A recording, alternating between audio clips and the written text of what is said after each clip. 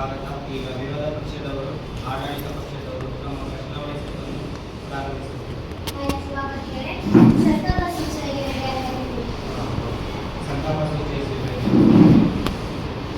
ಮಾನ್ಯ ಸಭಾಪತಿಗಳೇ, ಇದೀಗ ಸಂತಾಪ ಸೂಚನೆ. ಎಸ್.ಎಂ. ಕೃಷ್ಣ ಮತ್ತು ಎಸ್.ಎಂ. ಬೇಟಿರವರು ಕರ್ನಾಟಕದ ಮಾಜಿ ಮುಖ್ಯಮಂತ್ರಿಗಳಾಗಿ, ಕೇಂದ್ರದ ಮಾಜಿ ವಿದೇಶಾಂಗ ಸಚಿವ ಮತ್ತು ಮಹಾರಾಷ್ಟ್ರದ ಮಾಜಿ ರಾಜ್ಯಪಾಲರಾಗಿದ್ದ ಹಿರಿಯ ರಾಜಕಾರಣಿಗಳು ಎಸ್.ಎಂ. ಕೃಷ್ಣರವರು ಡಿಸೆಂಬರ್ 10, 2024ರಂದು ನಿಧನರಾಗಿದ್ದಾರೆ. ಶ್ರೀಕಾಂತ್ ರ್ಯಾಲಿಯಾಗಿ ಮಾಡಲು ಇವರ ಮಹತ್ವ ತುಂಬಾನೇ ಇದೆ. ಹಾಗಾಗಿ ಅವರಿಗೋಸ್ಕರ ನಾವು 1 ನಿಮಿಷಗಳ ಕಾಲ ಸಂತಾಪ ಸೂಚಿಸಬೇಕು.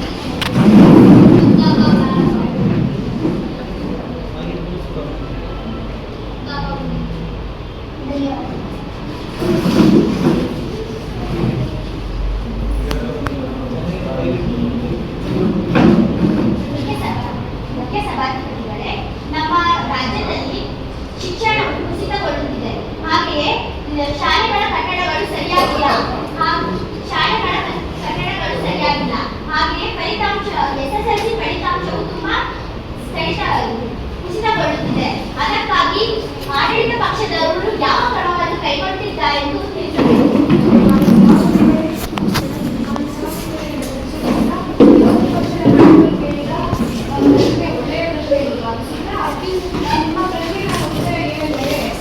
ನೀವು ಕೇಳಿದಂತೆ 2025 SSLC ಫಲಿತಾಂಶ ಕಡಿಮೆ ಆಗಿಲ್ಲ. ಯಾಕಂದ್ರೆ ವಿದ್ಯಾರ್ಥಿಗಳು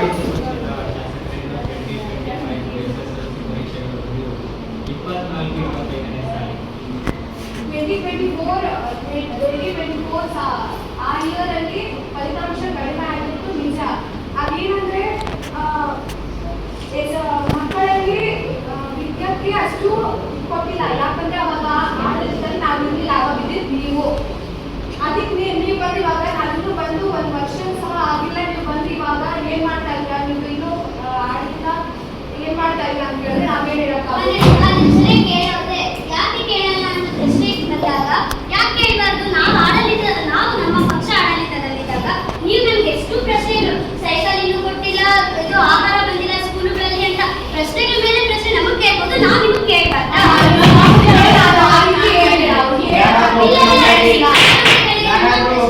ಶಿಕ್ಷಣ ಸಚಿವರೇ ಮಾತಾಡ್ಬೇಕು.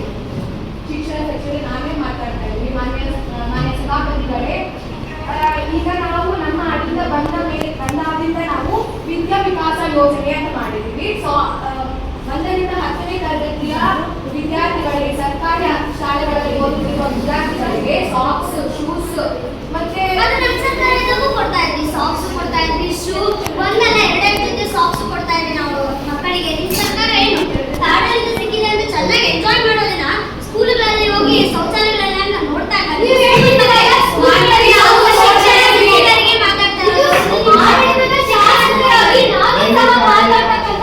ನಮಗೂ ಇದೆ. ನೀವು ಹೇಳ್ತಿದ್ದೀರಲ್ಲ ಶೌಚಾಲಯಗಳು ಕ್ಲೀನ್, ನಾವು ಶೌಚಾಲಯಗಳನ್ನ ಕ್ಲೀನ್ ಮಾಡೋದಕ್ಕಾಗಿ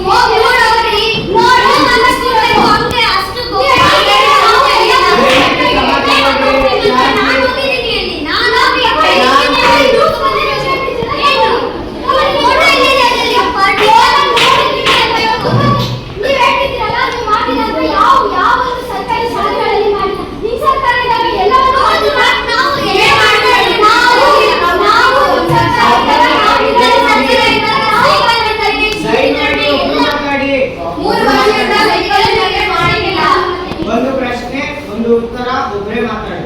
ದಯವಿಟ್ಟು ಗಲಾಟೆಗಳು ಶಾಂತಿಯಿಂದ ವರ್ತಿಸಬೇಕು. ಮಾನ್ಯ ಸಭಾಪತಿಗಳೇ, ಈ ಶಿಕ್ಷಣ ಸಚಿವರಿಗೆ ಮತ್ತೆ ನನ್ನ ವಲಯ ನಡೀತಾ ಇತ್ತು, ಅವ್ರು ಬಂದಿರು ಆಡಳಿತ ಸಚಿವರಾಗಿ ನನಗೂ ಅದರಲ್ಲಿ ನೀವು ಶಾಸಕರಾಗಿ ಅವರು ಶಿಕ್ಷಣ ಸಚಿವರು ನಾವು ಅವ್ರಿಗೆ ಹೇಳ್ತೀವಿ. ಶಿಕ್ಷಣ ಸಚಿವರಿಗೆ ಮಾತಾಡ್ಬೋದು. ಯಾಕಂದ್ರೆ ಒಂದು ಸರ್ಕಾರ ಒಂದು ಈ ಪ್ರಜೆಗಳನ್ನ ಮೇಂಟೈನ್ ಮಾಡ್ತಿದ್ರೆ ಬರೀ ಅವರೇ ಮಾಡೋದಿಲ್ಲ, ನಾವೆಲ್ಲರೂ ಸಹ ನೀವು ಎಲ್ಲ ಟುಗೆದರ್ನೆಸ್ ಮಾಡ್ತಾ ಇದ್ರಲ್ಲ ಕೆಲಸ. ಮತ್ತೆ ಒಂದು ರಾಜ್ಯನ ಮೇಂಟೆನೆನ್ಸ್ ಮಾಡ್ಬೇಕಂದ್ರೆ ಟುಗೆದರ್ನೆಸ್ ಇರಬೇಕು. ನೀವು ಹೇಳಿದ್ದೀರಾ ಎಲ್ಲರೂ ಒಟ್ಟಾಗಿ ಮಾಡ್ತಾ ಇದ್ರು. ಎಷ್ಟು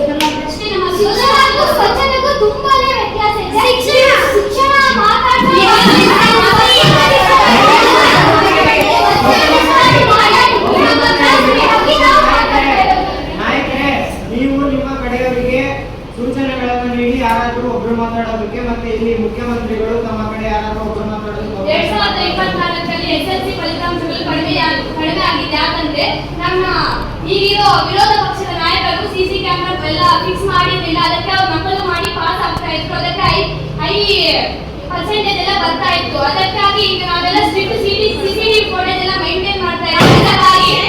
ಒಪ್ಪಲ್ಲ, ನಮ್ಮ ಸರ್ಕಾರ ಇಟ್ಟಾಗೂ ಇತ್ತು ಸಿಸಿ ಕ್ಯಾಮೆರಾ.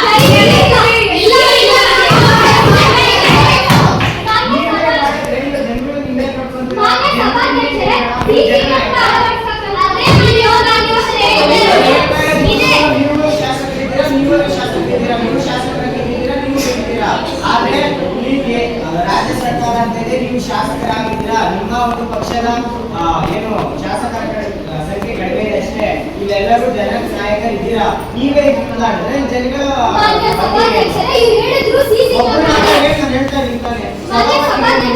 ಬೆಲೆಗಳೇ ಇಲ್ವಾ? ಸಿಸಿ ಕ್ಯಾಮೆರಾ ಅಳವಡಿಕೆ ಅಂತಕ್ಕಂಥದ್ದು ನಮ್ಮ ಸರ್ಕಾರದಲ್ಲಿದ್ದಾಗೂ ಇತ್ತು, ಖಂಡಿತವಾಗ್ಲೂ ನಾವು ಒಪ್ಪಿದ್ದೀವಿ. ಈ ಸರ್ಕಾರದಲ್ಲಿ ಎಲ್ಲೋ ಕೆಲವೊಂದು ಸ್ಥಿತಿಗಳಲ್ಲಿ ಇತ್ತು, ಆದ್ರೆ ಈಗ ನಮ್ಮ ಸರ್ಕಾರದಲ್ಲಿ ಪ್ರತಿ ಹಳ್ಳಿ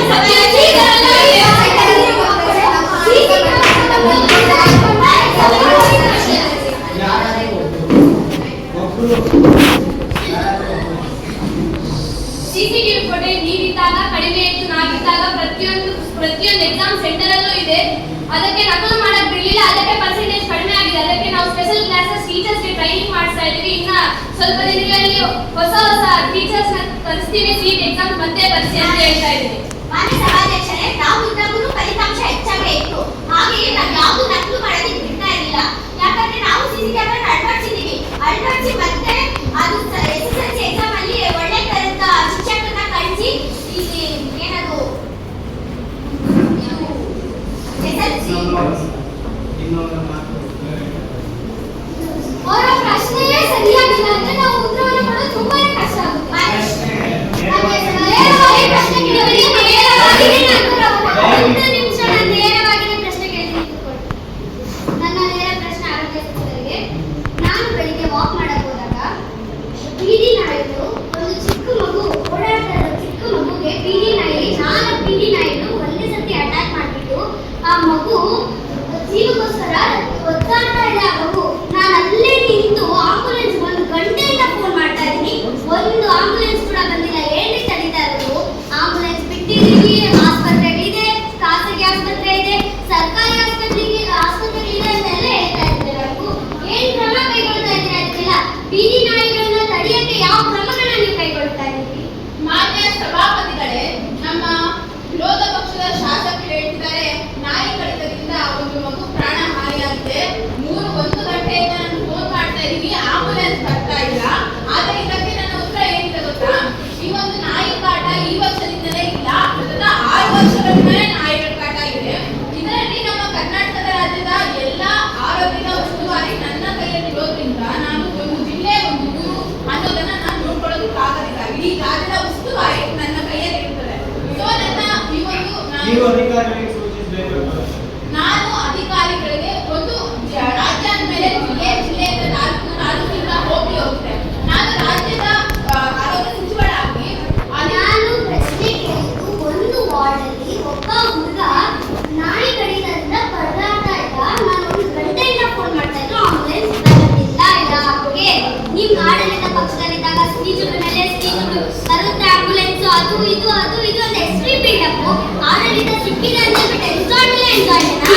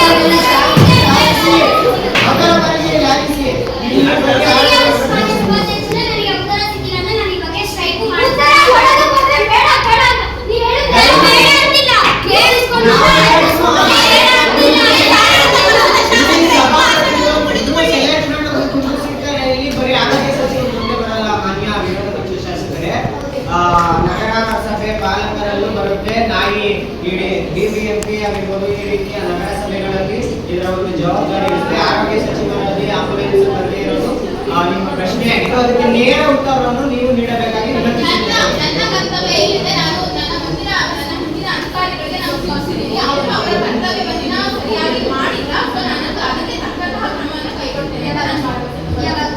ಹಿಂದಿನಿಂದಲೇ ನಾವು ಭರವಸೆ ಕೊಡ್ತಾ ಇದ್ದೀವಿ. ಏನ್ ಗ್ಯಾರಂಟಿ? ನಾನೇ ಇದನ್ನು ಗ್ಯಾರಂಟಿ ಸಿಸಿ ಕ್ಯಾಮೆರಾ ಇಡಿಸ್ತೀರಾ? ಖಂಡಿತವಾಗ್ಲೂ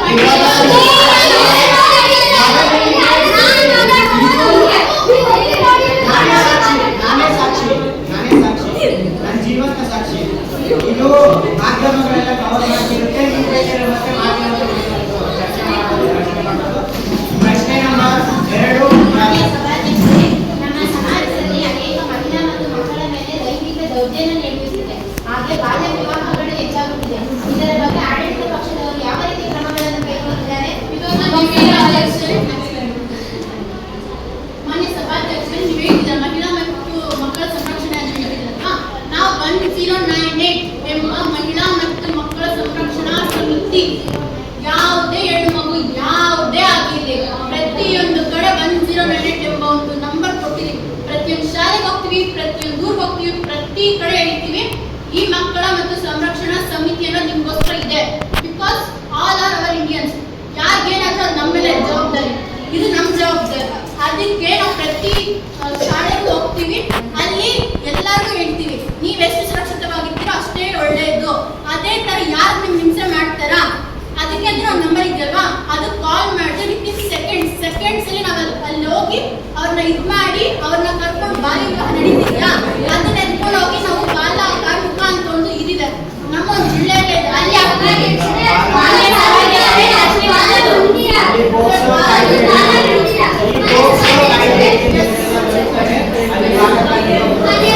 ಇನ್ನೊಂದು ಈ 1098 ಎಂಬ ಹಿಂದಿನ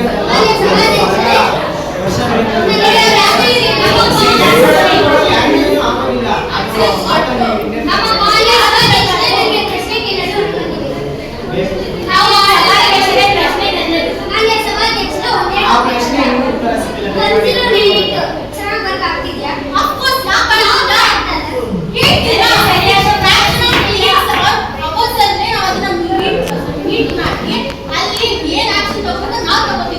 ಯಾವ ರೀತಿ ಆಕ್ಷನ್ ಪ್ಲಾನ್ ತಗೊಂಡಿದ್ದೀರಾ?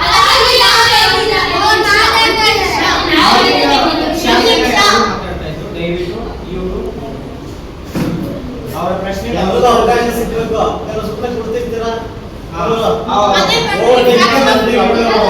ಪ್ರವೇಶ ಮಾಡಿ ನಮ್ಮ ಟುಗೆದರ್ನೆಸ್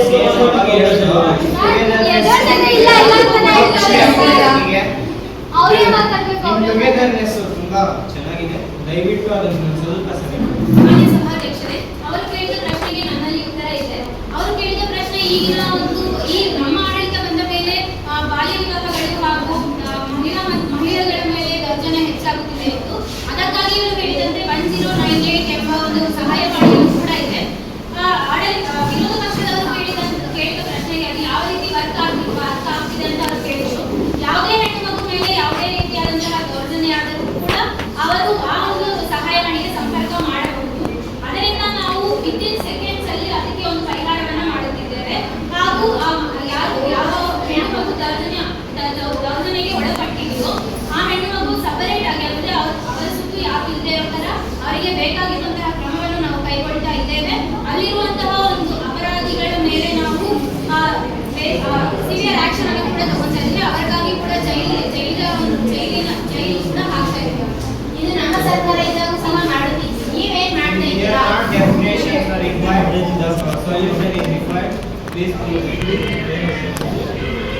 ನಮ್ಮ ಸರ್ಕಾರ ಬಂದ್ಮೇಲೆ ನಮ್ಮ ಸರ್ಕಾರ ನಿಮ್ಮ ಸರ್ಕಾರ ಅಲ್ಲೇ ಇದೆ. ಗೌರ್ಮೆಂಟ್ ಕರ್ನಾಟಕ ಸರ್ಕಾರ. ದಯವಿಟ್ಟು ಅದೇನು ಸೊಲ್ಯೂಷನ್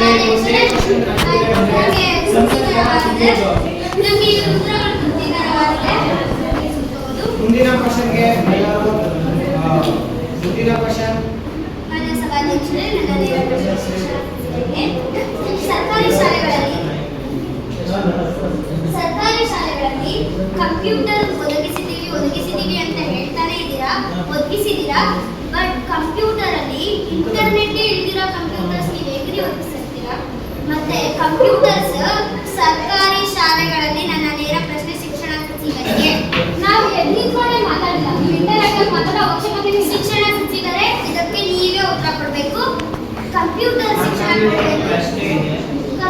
ಶಿಕ್ಷಣ ಪಡೆಯಲು ಮಕ್ಕಳಿಗೆ ಕಂಪ್ಯೂಟರ್ ಶಿಕ್ಷಣವಿಲ್ಲ, ಶಾಲಾ ವೇಳಾಪಟ್ಟಿಯಲ್ಲಿ ಕಂಪ್ಯೂಟರ್ ಕ್ರೀಡೆ ಇಲ್ಲ.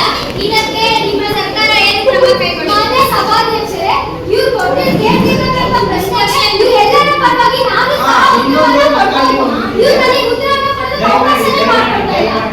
ದಯವಿಟ್ಟು ನನಗೆ ಉತ್ತರವನ್ನು ಹೇಳೋದಕ್ಕೆ ಅವಕಾಶ ಮಾಡ್ಕೊಡಿ. ಸಾರ್, ಹೇಳ್ಬಿಡಿ, ನಾವು ಉತ್ತರ ಇದ್ದಷ್ಟೇ ಹೇಳ್ತೀರಾ. ಶಾಸಕರು ನೀವು ನಾಯಕರಾಗಿ ಇಲ್ಲಿ ಇವರು ಸುಮ್ಮನೆ ಇದ್ದಾರೆ. ನಿಮ್ಮಲ್ಲಿ ಶಾಸಕರು ಮಾತಾಡೋದು, ಅಲ್ಲಿ ಶಾಸಕರು ಮಾತಾಡೋದು ಅವ್ರಿಗೆ ಅವಕಾಶ ಇರ್ತದೆ. ದಯವಿಟ್ಟು ಅವಕಾಶ ಮಾಡ್ಕೊಡಿ. ಅದನ್ನ ಅರ್ಥ ಮಾಡ್ಕೊಳ್ಳೋದಕ್ಕೆ ಹೇಳಿ ಸಭಾಧ್ಯಕ್ಷರೇ. ಇಲ್ಲಿ ಎಲ್ಲರೂ ನೀವು ಶಾಸಕರಾಗಿ ಮಾತಾಡೋದು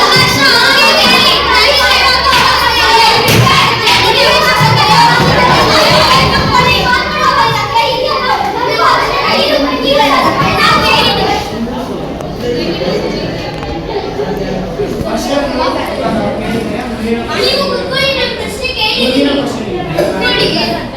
ಮಾನ್ಯರೇ, ನೀವು ಕೇಳಿದ ಪ್ರಶ್ನೆಗೆ ನನ್ನ ಹತ್ರ ಉತ್ತರ ಇದೆ. ನೀವು ಕೇಳಿದ ಪ್ರಶ್ನೆ ಏನಂದರೆ ಕಂಪ್ಯೂಟರ್ ಇದೆ ಆದರೆ ಇಂಟರ್ನೆಟ್ ಇಲ್ಲ. ಇಂಟರ್ನೆಟ್ ಯಾಕಿಲ್ಲ? ಅಲ್ಲಿ ಇದೆ. ಹೆಂಗ್ ಹೇಳ್ತೀರಾ ಇದನ್ನ?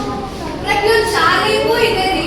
ಇಲ್ಲ, ನಾನು ಪ್ರತಿಯೊಂದು ಶಾಲೆನೂ ಹೇಳ್ತಾ ಇರೋದಿಲ್ಲ. ಸರ್ಕಾರಿ ಶಾಲೆಗಳಲ್ಲಿ ಕಂಪ್ಯೂಟರ್ ಏನೋ ಕೊಟ್ಬಿಟ್ಟಿದ್ದೀರಾ, ಫ್ರೀಯಾಗಿ ತಗೊಂಡ್ರೆ ಎಂಜಾಯ್ ಮಾಡ್ಕೊಂಡ್ರೆ ಅಂತ ಕೊಟ್ಬಿಟ್ಟಿದ್ದೀರಾ. ಇಂಟರ್ನೆಟ್ ಅಲ್ಲಿ ಮಕ್ಕಳು ಹೆಂಗೆ